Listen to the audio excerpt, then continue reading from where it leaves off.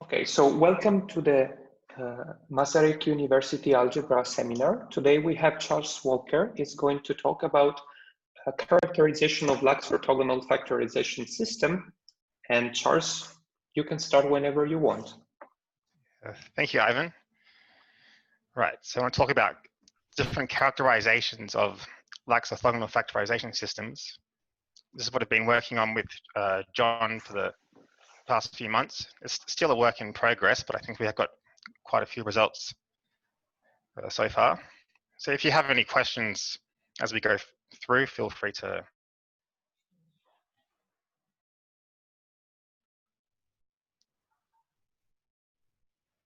So for the outline, I'll just give you some background knowledge and introduction. Then I'll remind you about what algebraic weak factorization systems are, about KZ pseudomonads, and what Lax orthogonal factorization systems are. And then I want to talk about some differences between these things and the pseudo-orthogonal factorization systems. And then I want to be looking at some equivalent definitions of Lax orthogonal factorization systems. Right, and so this will require a bunch of stuff about homomorphisms of things two of the left and the right class. And actually it turns out in these, well, any algebraic weak factorization system, the factorizations will satisfy universal property. And so we'll need some universal property for the factorizations in our Lax OFS case. And I'll talk about some things that are similar with pseudo-orthogonal factorization systems. Right, so that, well, things that at least seem like a natural generalization of what happens in the case of pseudo-orthogonal factorization systems. Then I want to talk about some properties of adjunctions. Right, so in a pseudo-OFS, you have a bunch of equivalences. In a Lax OFS case, these things will be replaced with adjunctions. And so I want to talk about all these adjunctions. And then some stuff we just did in the last couple of weeks, still work in progress. So I'll say a bit about this mixed distributive law that we're going to get in our algebraic weak factorization system. And then at the end, I want to talk about extending the definition of the factorization system to include fillers for squares that only commute up to some comparison two cell. I'll go through some motivation of this. So one possible definition and an equivalent nicer definition in this Down-lax case. So this case where we're extending the definition to include fillers for squares which only laxly commute. Right, so for a two monad on a two category, it's just a two functor and a unit of multiplication rendering commutative some diagrams. And so of course this has a natural generalization to pseudomonads in which we only require this functor t to be, say, a pseudo functor, and these squares to commute up to some isomorphisms, which have to satisfy a bunch of coherence conditions. Right, and so normally pseudomonads will be more complicated than two monads because you have to give a bunch of extra structure, extra isomorphism satisfying coherence conditions, and so on. But actually in the Cox-Oberlein case, so also called a Lax idempotent, the pseudomonad versions are nice. So I'll remind you what a KZ pseudomonad is. So there's a number of definitions, but most commonly people define them as, say, a pseudomonad T, for which T of the unit is left adjunct multiplication, or equivalently this other adjunction, or a pseudomonad T with some two cell, so T of the unit to the unit of T, which has to satisfy a couple of coherence axioms. But of course, these definitions of KZ pseudomonads involve a lot of data and a lot of structure. So we want to use a more property-like definition. So a definition that involves less data, but more properties. Right, so we're going to use this definition due to Momolo and Wood. So that they define a KZ pseudomonad, so on a bicategory, just to be an assignation on objects, so ob-C to ob-Z. And for every one cell, so for every object A, we give a one cell YA from A to PA, which is our unit, right? And that's the only data we need to give to define a KZ pseudomonad. The rest is just going to be properties. Right, so this definition is just properties. So it says for every pair of objects A and B, into one cell F from A to PB, we can form a left extension, say F bar, with these exhibiting two cell of the left extension being invertible. Right, so I normally think of these things as some analog of unit extensions. I mean, the main example of a KZ pseudomonad is small co-completion on leftly small categories, in which case this actually gives you unit extensions. And then finally, we have a couple of conditions about the units and composition being preserved just to make sure that we actually get this pseudo-functor. So for every object A, left extension of this unit along itself is the identity. And for any one cell G from B to PC, this corresponding left extension G bar will preserve this left extension F bar. So if you compose with G bar on the end, then it's going to preserve this left extension property. Let's remind you about functorial factorizations. So a functorial factorization is just a functor from this category of arrows 2C into 3C, which has to be a section of the composition functor. So this just means that given any square like this, so FGHK, we can break it up into a composite of two squares. And we usually call this top part L and this bottom part RFRG. Can I just add a comment, Charles? Yeah. You sort of said it, but maybe the surprising thing is that the highly structured definition of KZ pseudomonad is the same thing or equivalent to the property like one. So they're the same, right? Yeah. So you can define morphisms of KZ pseudomonads that there's an equivalence of categories between the two definitions. Yeah. So you can prove that they're equivalent.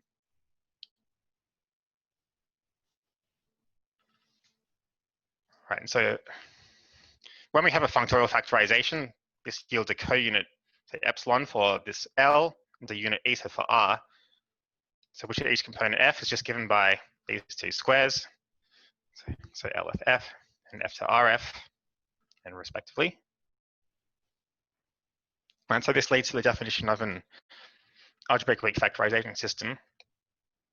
Right, so an algebraic weak factorization system on a category, just a functorial factorization, LER and C, and an extension of this L epsilon to a comonad, and then an extension of R eta to a monad, such that this canonical natural transformation that we have has to define a mixed distributive law between a comonad and a monad.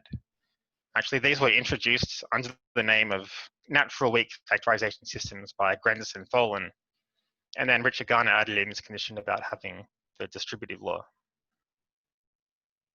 Right, so in an algebraic weak factorization system, we have not just the property that there exists a filler, but we have some algebraic structure describing how these fillers are constructed.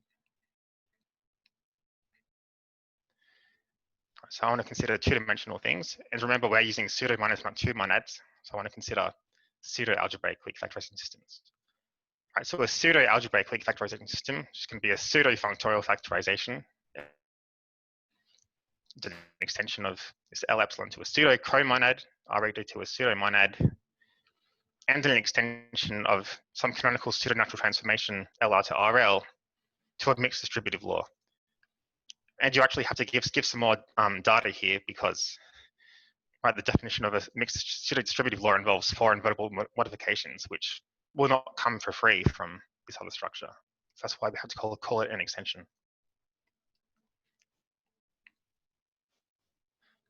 Right, and so I'm going to use a categorified version of Clementino and Lopez-Franco's definition of a Lax orthogonal algebraic weak factorization system and that just means I'm going to use pseudomonads in place of two monads.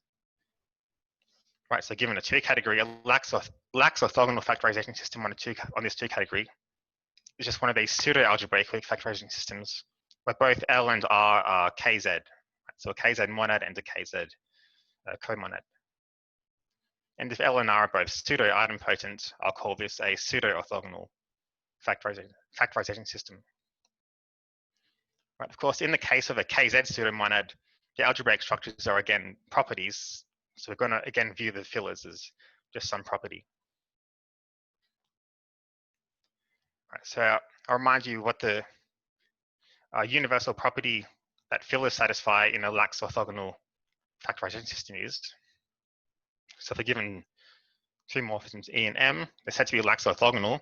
If given any isomorphism gamma, as we have here, there exists a factorization containing one cell D and isomorphisms theta and phi, satisfying this coherence condition above, and is meant to satisfy universal property, which says given any other factorization. I might have to put this in quotes here because this two cell is going upwards. So when I say factorization, I mean the only coherence condition that makes sense, which is this one here. So theta dash has to be equal to this one. Right. And so for given any diagram like this, there exists a unique comparison from this universal filler D into D dash such that the obvious coherence conditions are satisfied. Right, so such that these two coherence conditions are satisfied. Right, so it's like a pseudo-orthogonal factorization system, except the fill is only going to be unique up to a comparison two cell instead of a comparison isomorphism. And so for an example of a Lax orthogonal algebraic weak factorization system, well, every functor, say f from A to B, that factors as a left adjoint of a coreflection followed by an op vibration.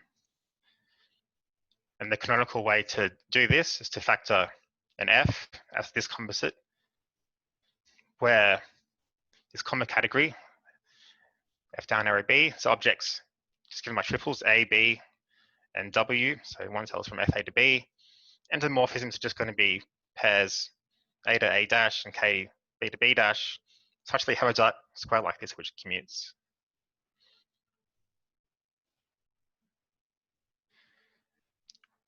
Right, and so of course that definition of a Lax orthogonal factorization system involves a lot of structure because you have to give these monads and comonads and distributive laws and so on. So what we want is a simpler property-like definition. Right, so in the case of KZ pseudomonads, we have this usual definition which involves a lot of structure, but we also have a property-like definition just in terms of the left extensions. And so we want the same sort of thing for a Lax orthogonal factorization system. So instead of this, say, very structured definition involving pseudo-algebraic weak factorization systems, we just want some definition which is a list of properties. So another way of thinking about this is we have a simple definition of pseudo-orthogonal factorization systems, which is just two classes E and M, such that every E is pseudo-orthogonal to every M. These contain all equivalences and closed under composition and divisible to two cells. And every one cell F and C admits a pseudo-factorization F equals ME. Right, so we want a simple definition like this, but for Lax orthogonal factorization systems. Sorry, one question. Is it relevant that you work in a two category, or this would work also in a bicategory? I mean, I think everything will generalize to a bicategory, but I'm just working with two categories to make things a bit simpler. Okay. All right, so I want to talk about some differences between, say, Lax OFS and pseudo-OFS. So actually, just looking at the identity and the factorization of the identity tells you like the main differences. So we take the canonical identity using the formula I gave before, then this will be given by this composite. So where ID is just taking out the identity arrow on A, and code is just this codomain. Right, so you've already noticed here that factorizations are not unique in a Lax OFS because, well, this is a factorization, but identity is another factorization. Actually, even between two canonical factorization systems, the filler is not unique. Right, because the identity is a filler here, as is the composite of this identity and this codomain functor. So in fractal letters, right? So when I say it in fractal letters, I mean what you get when you factor the identity. Right, so fillers are also not unique. Right, so I want to talk a bit about the universal property that factorizations satisfy in a Lax OFS. So to do that, we'll need to recall the universal property that these satisfy within any algebraic weak factorization system.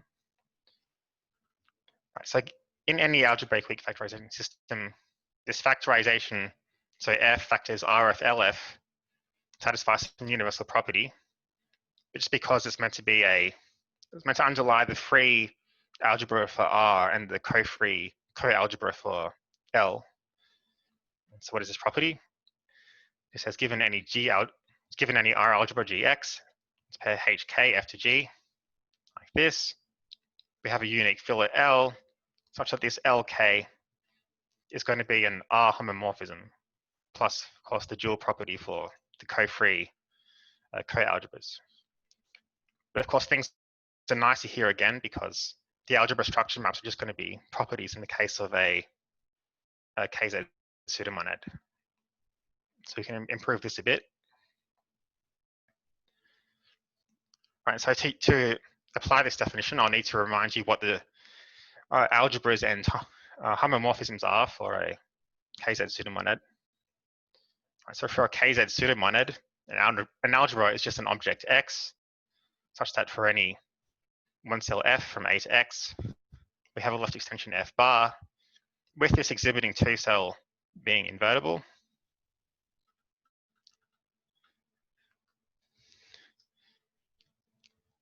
And the homomorphism, so X to Y, of pseudo-algebras is just going to be a morphism which preserves all of these left extensions.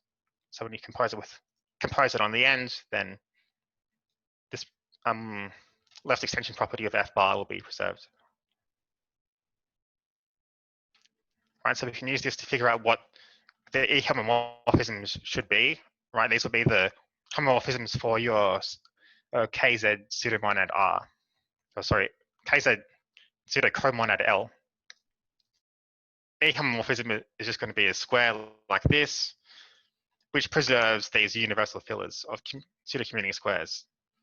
All right, so if we're given a universal filler D for some square, we paste it with an E homomorphism, then that universal filler is going to be preserved. Right, so D composed of G will be the universal filler for this composite square. Maybe I can just mention, Charles, so yeah.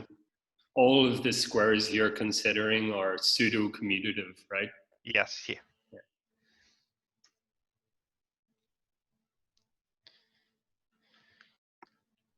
Right, and so this leads to the universal property that factorizations satisfy in a Lax OFS. So a composable pair EM is one of these universal factorizations. What does that mean? It means that given any square like this one with a universal factorization going down the right, the filler D1 is the universal filler if and only if this indicated square is an E homomorphism. And you also have the dual property that given a universal factorization going down the left, a filler D2 is the universal filler if and only if this square is an M homomorphism. Right, and we also had, so my definition, so the motivation for my definition was a bit different. Right, so in a definition of a KZ pseudomonad, you have these unodal extensions. And somehow that's the analog of saying you have these KZ fillers. Right, and so what's left in the definition of a KZ pseudomonad is just some condition about the identity and composition being respected. And so the definition of a universal pair should just be something about the identity and composition being respected. Right, so that leads to this definition. So a composable pair is universal if this pair EM respects the identity filler. So that just means if we do EM, EM, then the universal filler for that square is just going to be the identity. We have this slightly more complicated definition, which says that it respects binary composition of fillers. And so this means that if we're given universal factorization going down the middle, and they need two universal fillers, H and K, for squares like this, then we can compose H with K, and this composite is also going to be a universal filler. Now, what square is this composite HK meant to be the universal field of 4? Well, there's only one square that makes sense, and that's to compose this top triangle with this bottom triangle. Right, so this composite HK should be the universal field for this square. Right, and so this assumes that we have some technical condition being satisfied, where B has to be either, so A composed with U, or C is B composed with M. So some whiskering of this M, or some whiskering of this E. And this actually corresponds to, say, the U in John's definition. So this EU corresponds to this EU. But actually, I just proved like a couple of days ago that you can omit this whiskering condition. And that's probably the nicest definition to use actually for these universal fillers. Right, so some more motivation for my definitions.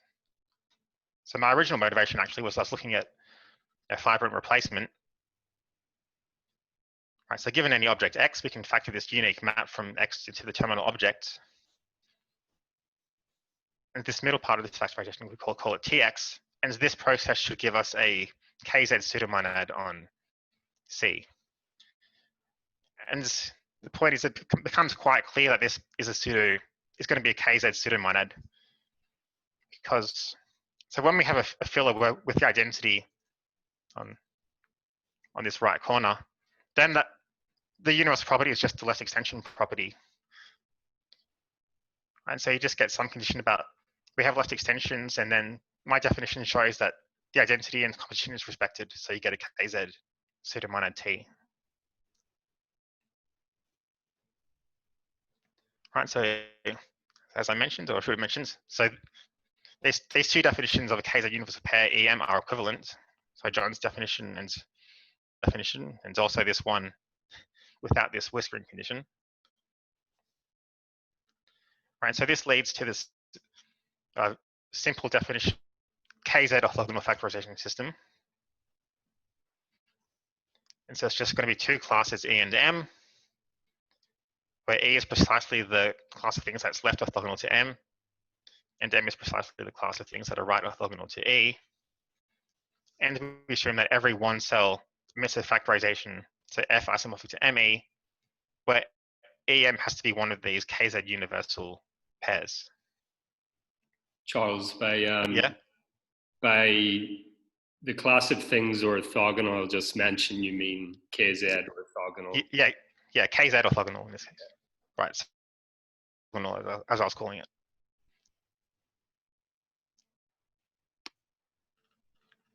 Right, so there's precisely E is precisely the class of things that's left orthogonal to everything in M.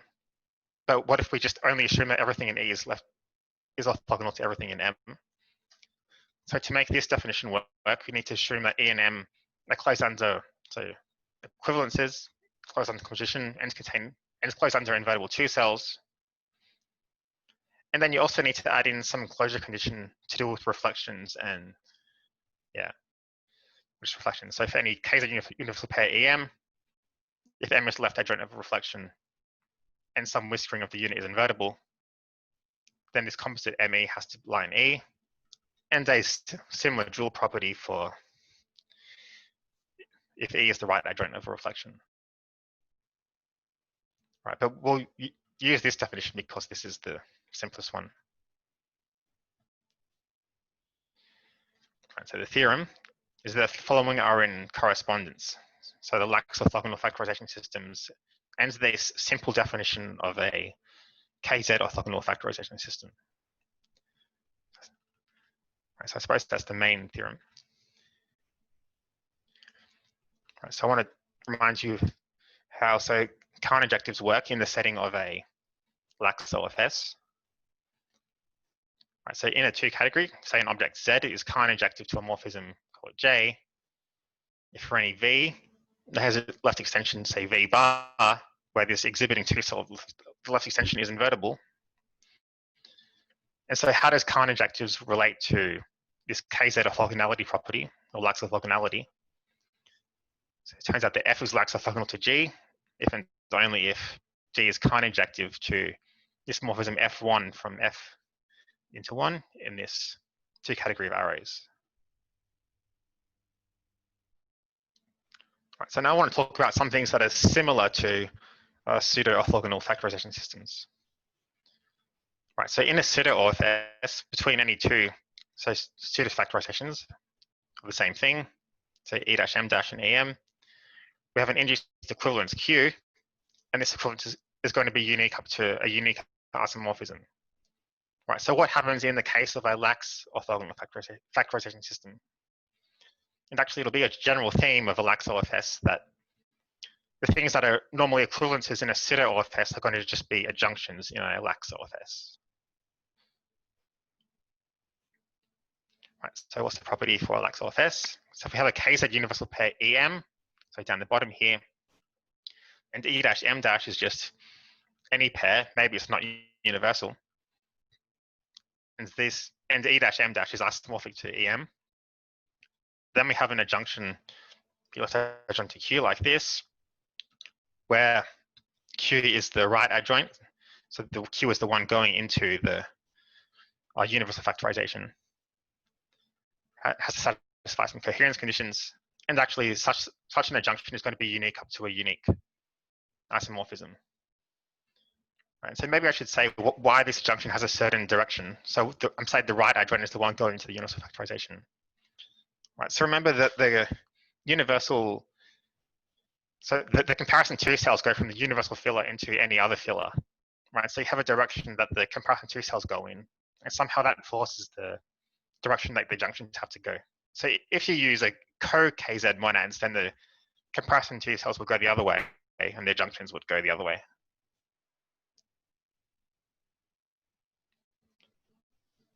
So I also want to talk about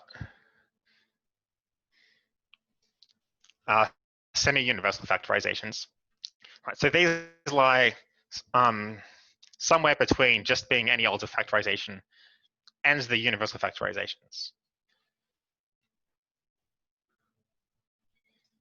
So I'll say that a factorization is semi-KZ universal if it is the whispering of a KZ universal pair EM, so as below, by something in E and something in M. And why are these semi-universal factorizations interesting? Well, it turns out that if we have a semi-universal factorization, say E-M', then the adduced adjunction that we had on this slide is actually going to be a co-reflection. Right, so in that sense, these are closer to being a universal factorization. And so an example for semi-universal factorizations, so let's again consider fiber replacement and think about how we construct the multiplication for the fiber replacement monad. Right, so we just factor this unique map from Tx into 1, Ytx and Ttx into 1. And then we have an induced adjunction between these two factorizations. So Tyx left adjoint to μx. And we're expecting this to be a co-reflection. So why is it a co-reflection? Well, Ytx and this unique map is a universal factorization. This is something in the left class, right? So it's a whiskering of a universal factorization, i.e. a semi-universal one. Right, so this middle path being a semi-universal factorization is what guarantees that this is going to be a co-reflection. Right, so I talked about cases where we get a co-reflection, but what about cases where we get a reflection? Right, so again, we'll denote the universal factorization of a morphism F is just RF LF. Now, in a pseudo-OFS, for any E in E or M in the right class, we have that RE and LM are equivalences. And you also have the converse. Obviously, if RF is an equivalence, then the original F must have lied in the left class. And so what's the corresponding property for a Lax OFS? Well, it turns out that for a morphism F, the F lies in the left class if and only if RF is the left adjoint part of a reflection, and some two cell has to be invertible, some whispering of the unit of this reflection. And and the morphism F lies in the right class if and only if the L applied to F is a right adjoint part of reflection, and a similar whiskering condition is satisfied. So the whiskering of the unit by RF has to be invertible. And so for an example of this, they have to be of the identity. Clearly that's both in the left and right class. And so the universal factorization of that was just this identity and codomain, which I mentioned earlier. And it's clearly the codomain and identity comprise the reflection. Codomain left adjoint to identity.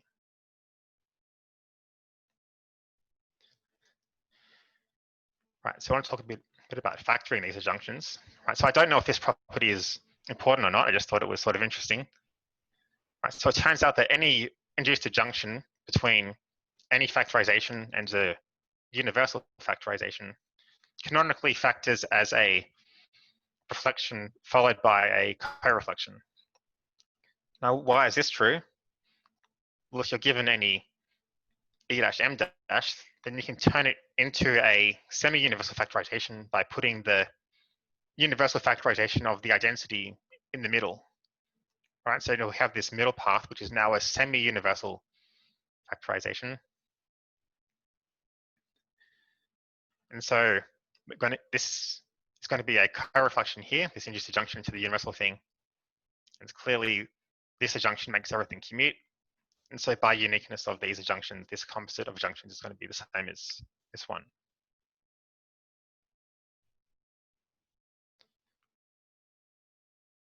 All of this, if we just take EM, and the identity, then this factors as a co-reflection canonically as codomain left adjoint to identity, followed by the co-reflection with the identity left adjoint to domain. Right, so it's true in the main example that we have this further adjoint domain, but I'm not sure if we have it in the case of a general Lax OFS. So that's something I'm still wondering about. Right, so for part of the proof, you have to construct a KZ pseudomonad R on this arrow category, right, using our definition. Right, so how does that work? Well, the unit of R is just going to be squares like this here. And if we're given any, right, so this is proving the unit extension part of the facts that R is a KZ pseudomonad. So if we're given any morphism F to RG, which is a square like this, we can factor it through the unit just by taking this universal filler H bar of this square here. And it turns out this will be a left extension.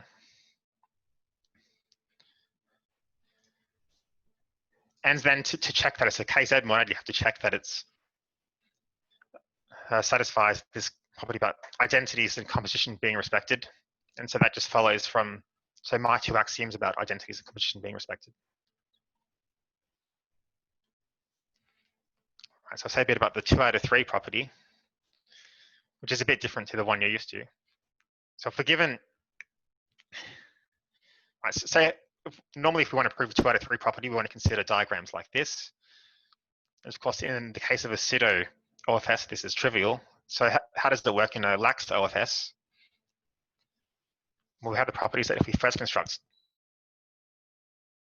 W as the universal filler for this top triangle, then D will also be the universal filler for this bottom square. And if we first construct W, then we construct D as the universal filler for the bottom square, then D is also going to be the universal filler square. Right, so what sort of 2 out of 3 property does this give you? Well, it gives you the property on homomorphisms, not on the maps. So it turns out, so for a diagram like this, following are equivalent. So this composite and the top one are E-homomorphisms, and the bottom and the top ones are E-homomorphisms. Actually, in any AWFS, you can compose these homomorphisms vertically. So the slightly surprising thing is that we have some sort of converse in this Lax OFS case.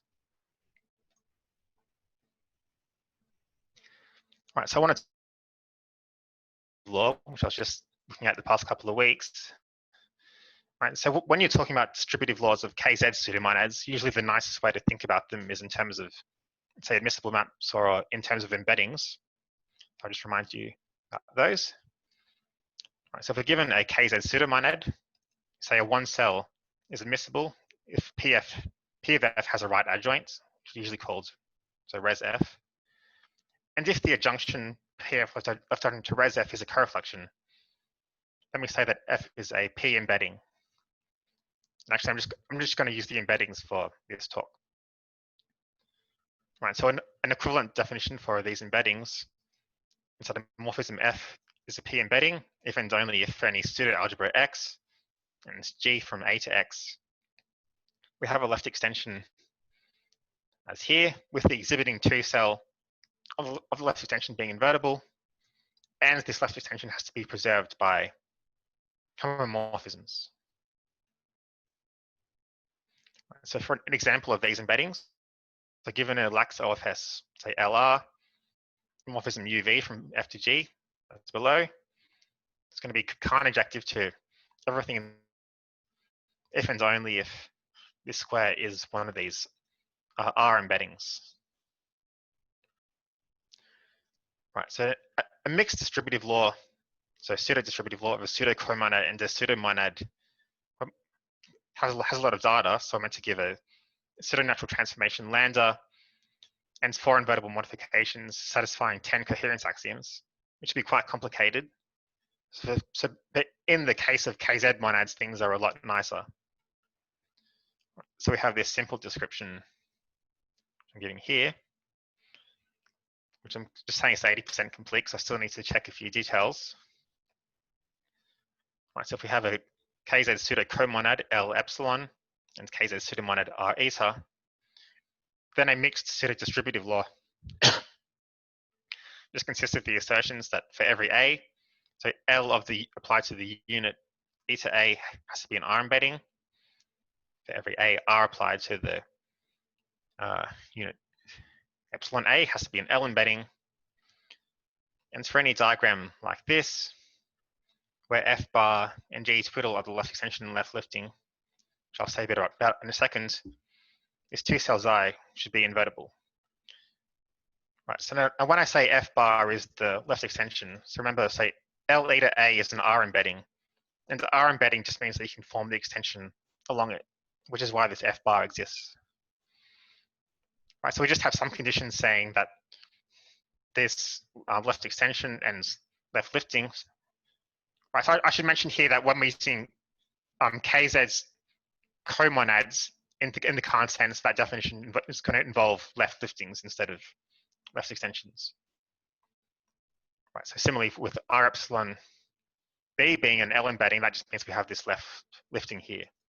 Right, so we just have an axiom which says the left extension and the left lifting should be the same thing up to some coherent isomorphism.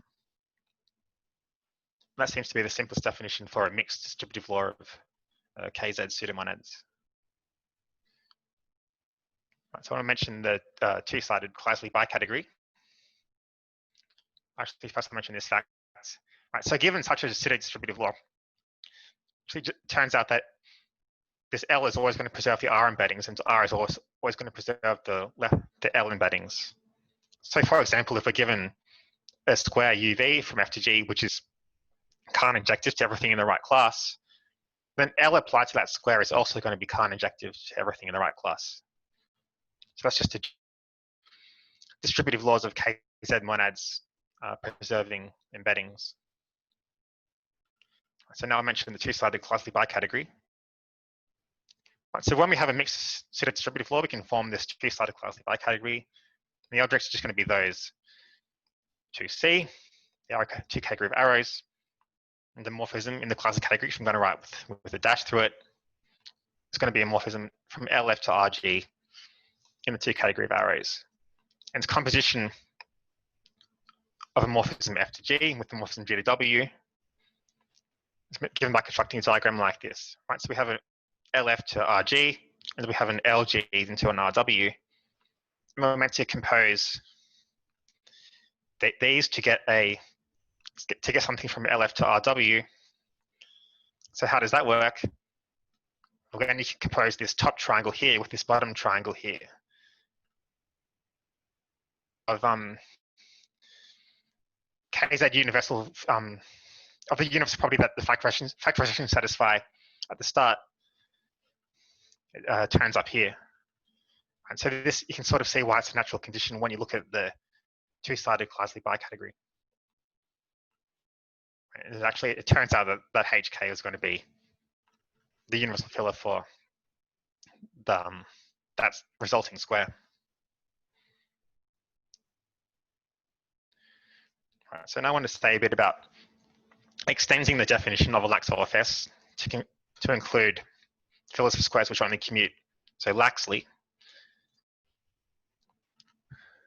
Right, so if we're just given a square like this, where with the two cell, then I want a factorization like this, where theta is just some two cell, but we want this two cell here to be invertible. It turns out we'll need that to make everything work. Now, why do I want to extend the definition? Well, a different example of two-dimensional factorizations, which is two-dimensional generic factorizations that involves having fillers for Lax commuting squares. So that's one reason you might expect it here. And another reason is, so just with a usual orthogonal factorization system, you can define it as a pair of classes E and M, where every morphism F admits factorization E, which is unique up to a unique isomorphism. But if you try to generalize this to two dimensions, so into pseudo OFS, this will fail because the definition of a pseudo OFS includes conditions involving non-invertible two cells. And so just uniqueness property won't give you anything to do with non-invertible two cells.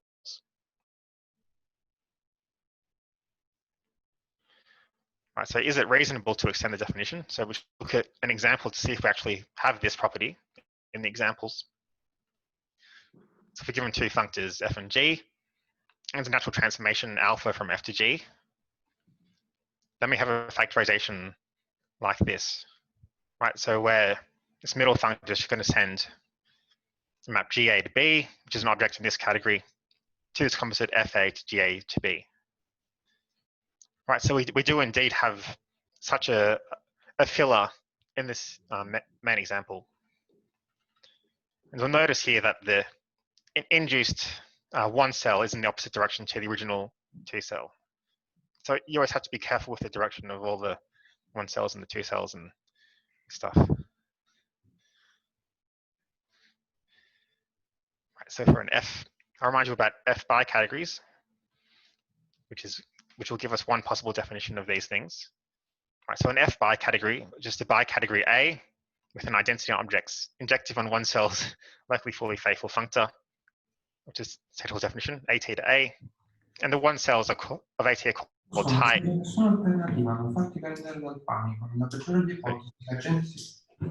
Sorry.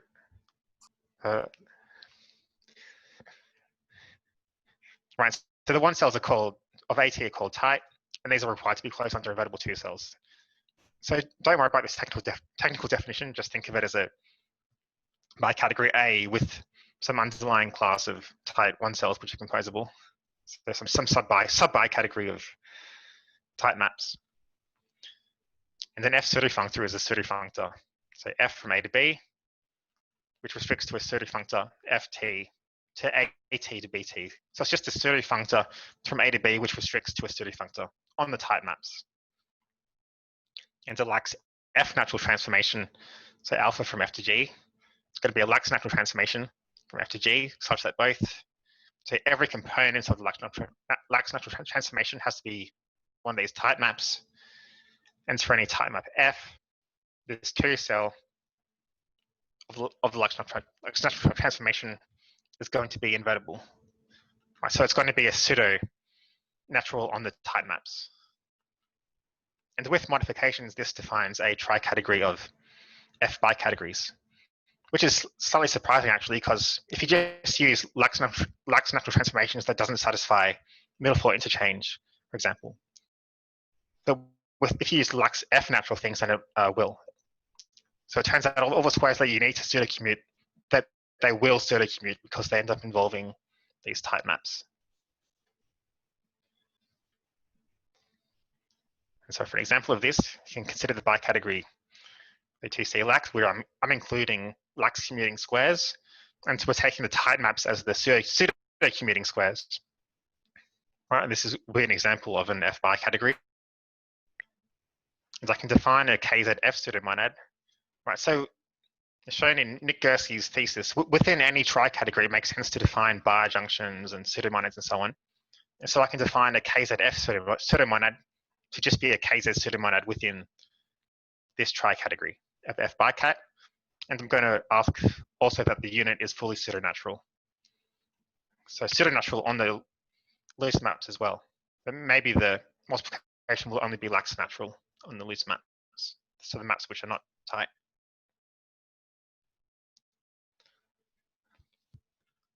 Right, so this gives us a definition of a Down-lax orthogonal factorization system on a two-category C, which is just going to be a Lax OFS such that L extends to a KZF pseudo-comonad on these lax commuting squares.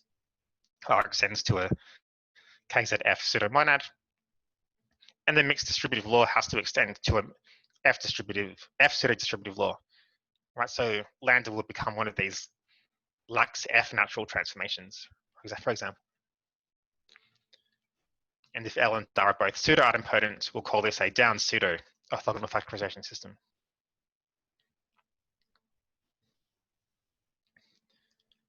Right, so in a weak factorization system, it suffices to only assume that you have fillers for squares. We have two EM pairs, so an E1, M1, and an E2, M2, to get fillers for a general square like this. And that's because you can just factor H as EH, MH, K as EK, MK, and find the filler here. Right, and so this is also true for pseudo, for one-dimensional OFS. Right, so as you know, for a one-dimensional OFS, you can just define them by saying we have a factorization which is unique up to a unique isomorphism. And the reason that works is it suffices to only assume fillers for these squares with two EM pairs, so E1, M1, and E2, M2. But if we're using what happens in one dimension to motivate what should happen in two dimensions, right, then we'll need to extend this definition to these lax commuting squares to get a result like this working for two-dimensional factorization systems. Right, so this is meant to be a simpler definition of a down KZ orthogonal factorization system, or a less structured definition. So it's just going to be two classes E and M of one cells C, such that E and M contain all equivalences, close under composition and invertible two cells. Every one cell F emisses pseudo factorization, where this pair is KZ universal, as usual. Then again, some conditions about closure under reflections, which I mentioned earlier. So if M is left adjoint of reflection, and something is invertible, and it's composite is an E, and the dual. And given, right, and so the difference here is I'm only assuming that we have universal fillers for squares that have two EM pairs. I'm not assuming it for a general square. So we're assuming that for any square like this, we have a universal filler D, where this is invertible. This is just some comparison two cell. And we need this other condition which says, if we're given a homomorphism, say E, and this is automatically a homomorphism, then the composite should also be a homomorphism. And it turns out that this gives you an equivalent definition of a Down-lax OFS, which only assumes that you have fillers for squares involving two EM pairs. And so the proof of this relies on, so given a square like this, you have to construct the filler by some composite like this. So you take the factorization of EK, so LKE, RKE. Remember, this is going to be a semi-universal thing because RK is universal, whisked by something in the left class. So this is semi-universal. So this is the right adjoint of the correflection. And we have this, these are two comparison, one cell I, and this P2 is going to be the left adjoint of some correflection.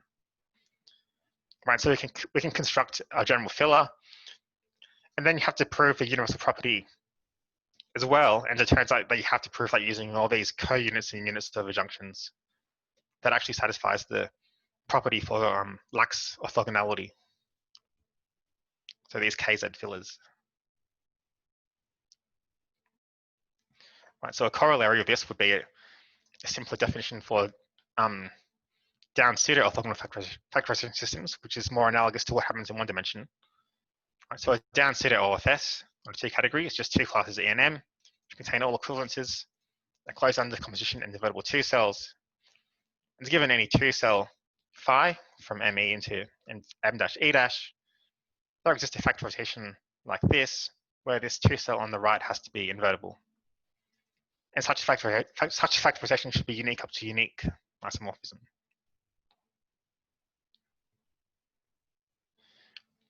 Right, so finally, I'll just mention some things that we're currently working on. Right, so we need to finish the proof of the mixed pseudo-distributive law, which we have a couple of ways to do this. So one way would be this two-sided Kleisli bicategory, which I mentioned.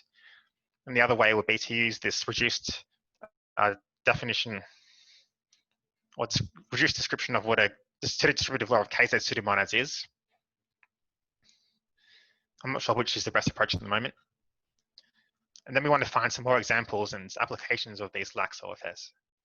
Actually, in order to find examples of these things, we needed to first find a simple definition, which is part of the reason for doing this. We need to be able to easily check if something is actually an example or not. And of course, the part to do with these Down-lax OFS is still very much work in progress, so I want to better understand that. So thank you. Okay, thanks very much, Charles. So we can have a silent round of applause, I think we were doing for Charles for the nice talk. So yeah, so if anyone wants to ask a question, you can unmute yourself and feel free to ask it. Hello. Yes, I would have a question. Actually, it's a question about how you can link your down factorization system with Lax factorization system in case where your two category has a B limit, and in particular when each object has the classifier of map over it as the co-tensor with 2. Actually, don't you think that your down factorization system are just could be seen as a Lax factorization system as a stronger, as a weaker notion of a Lax factorization system, where both neither of the intermediate factorization of a square are invertible, but in which your classifier of map over any object is a right map or something like this.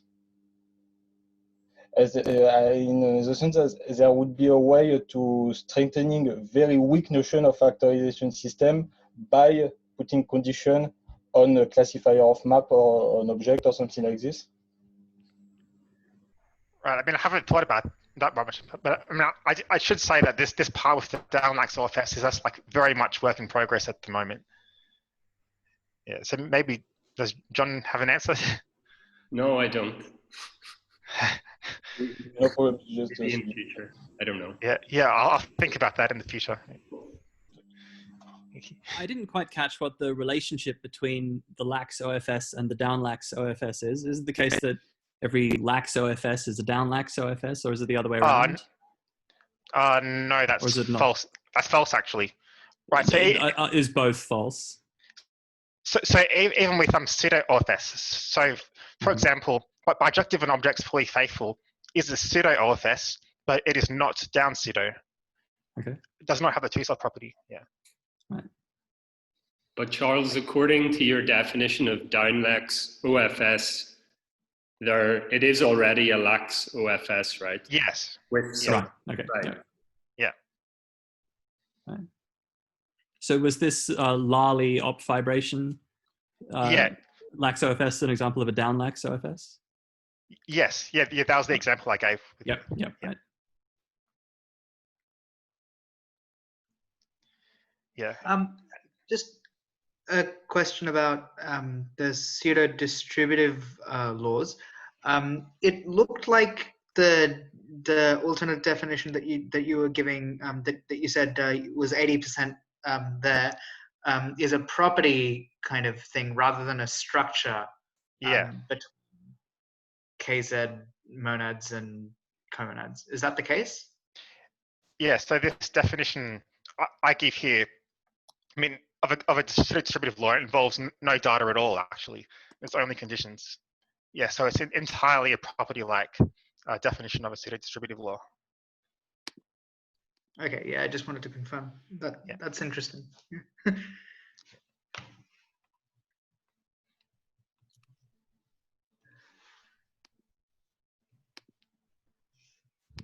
So I seem to remember an easy source of algebraic weak factorization systems is given just say a monad on a category, which has, maybe you need finite products or something like that. You get some algebraic weak factorization system for which the, I don't know, fibrant objects are the algebras for that monad. Can you do something similar given a KZ pseudomonad on a two category? So we haven't actually written the details down yet, but we expect so. So I think it needs to be slightly more complicated, because instead of just using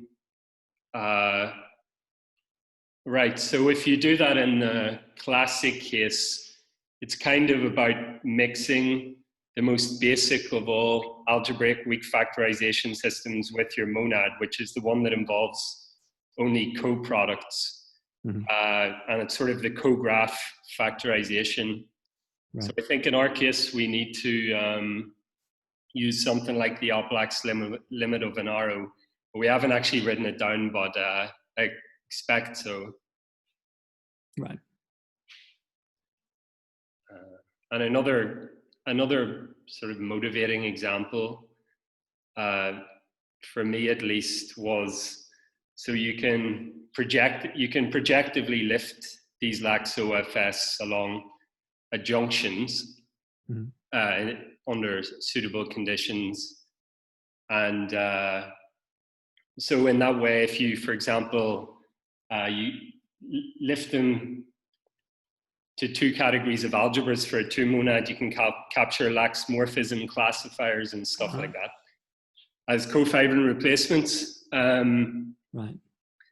But somehow, in the classic case, you know that two cofibrant replacements are equivalent because you get a map between the cofibrant replacements, which by 2 for 3 should be a weak equivalence or something like that.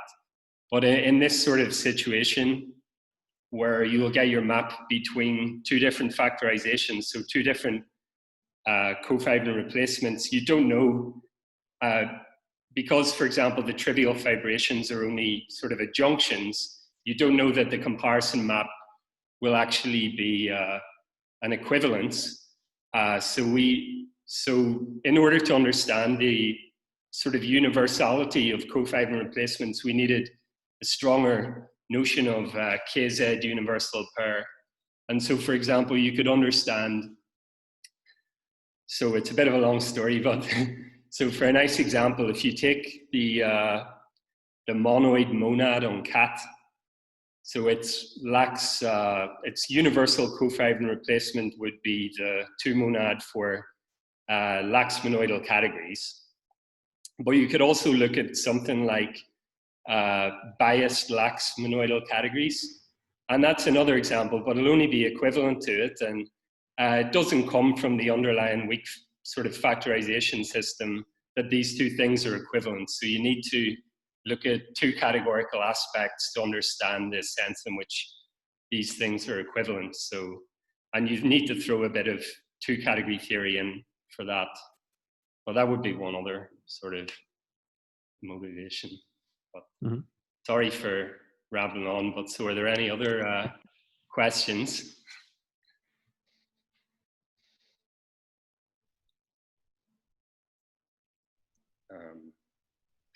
Well, if not, then we can thank Charles again.